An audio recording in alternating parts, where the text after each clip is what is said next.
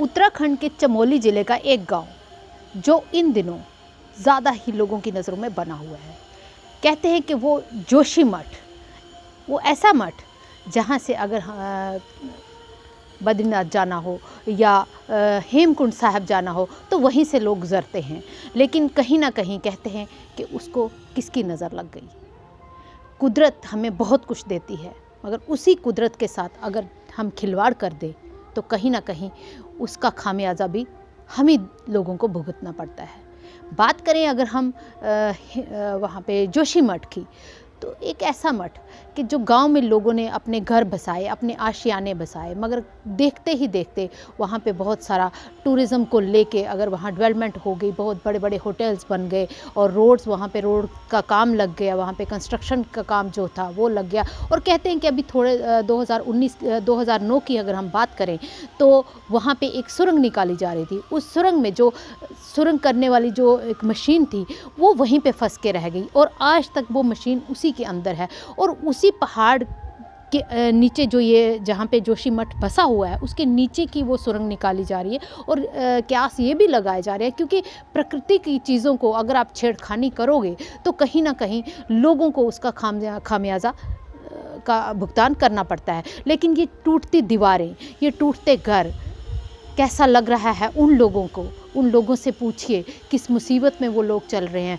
शासन प्रशासन हमेशा आंखें मूंद के रखती है, क्योंकि ये एक दिन की बात नहीं है। पहले भी कई सालों से पहले जब ये छोटी छोटी दरारें जो उनके घरों में आई तो उन्होंने शासन प्रशासन तक ये बातें पहुंचाई, मगर फिर भी कुछ कदम नहीं उठाए गए। उसके बावजूद भी वो काम जो थे, कंस्ट्रक्शन के जो काम थे, वो चलते रहे।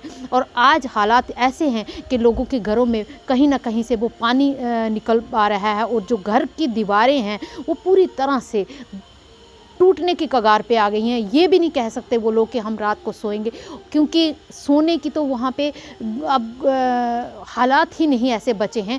लोग वहाँ से पलायन कर रहे हैं। शासन प्रशासन सरकार उन्हें ये तो कह रही है कि हाँ आप सेफ जगह पे चले जाइए। कई लोग अपने रिश्तेदारों के घरों में जाने को मजबूर हो रहे हैं और कुछ लोग खुद की जान तो वो बचा लेंगे, मगर कुछ लोग उनके जानवर है, माल मवेशी जो है, उन्हें छोड़ के कहाँ चले जाएं। तिनका तिनका करके वो आशियाना उन्होंने बनाया। कैसा लगता है, कैसा लग रहा है उन लोगों को। हम लोग तो सिर्फ आपको बता पा रहे हैं, मगर महसूस तो वही लोग कर रहे हैं जिनके ऊपर ये आपदा का जो है एक इतना बड़ा पहाड़ जो है वो टूट गया। कई सालों से, 100 सालों से, कई 4 पीढ़ियों से लोग वहाँ पे रहते आ रहे हैं, मगर अब कहीं ना कहीं ये चीज़ें जो है बहुत ही पीड़ादायक उन लोगों के लिए हो गई हैं। एक तो ठिठुरती सर्दी का जो कहर है, कहाँ जाएं वो लोग। जिस रसोई घर में वो खाना पका रहे थे वहाँ पे अब सिर्फ दरारें नज़र आ रही हैं। और बच्चे जो हैं, छोटे बच्चे हैं, बुज़ुर्ग हैं, कई लोग घरों में बीमार हैं, वो आखिर कहाँ जाएं। ये किसकी गलती है, आखिर ये किसका कसूर है? क्यों इस तरह से आज जोशी मठ के लोगों को वहाँ से पलायन करना पड़ रहा है? आखिर ये किसका कसूर है? ये सवालिया निशान बनता है उस शासन प्रशासन पे, जबकि पता था कि इस तरह की दरारें जो है, जो दरेरें लोगों के घरों में आने शुरू हो गई थी, फिर उसके बाद भी इस तरह से जो वहाँ पे कंस्ट्रक्शन के काम चलाए गए, तो कहीं ना कहीं ये बहुत ज़्यादा निंदनीय है। मगर अब भुगतान तो वही लोग कर रहे हैं जो उन पहाड़ों में रहते हैं। आगे बर्फ़बारी होने वाली है, इतनी शदीद लहर जो ठंड की पड़ रही है, वहाँ पे इतनी सर्दी वहाँ पड़ रही है, तो वो लोग कहाँ जाएँ? इस तरह से अपना सामान, अपना पूरा बोरिया बिस्तर लेके कहाँ जाए, कहाँ दरबदर हो जाए? क्या सरकार ने उनके लिए इस तरह से कोई इंतज़ाम कर रखे हैं?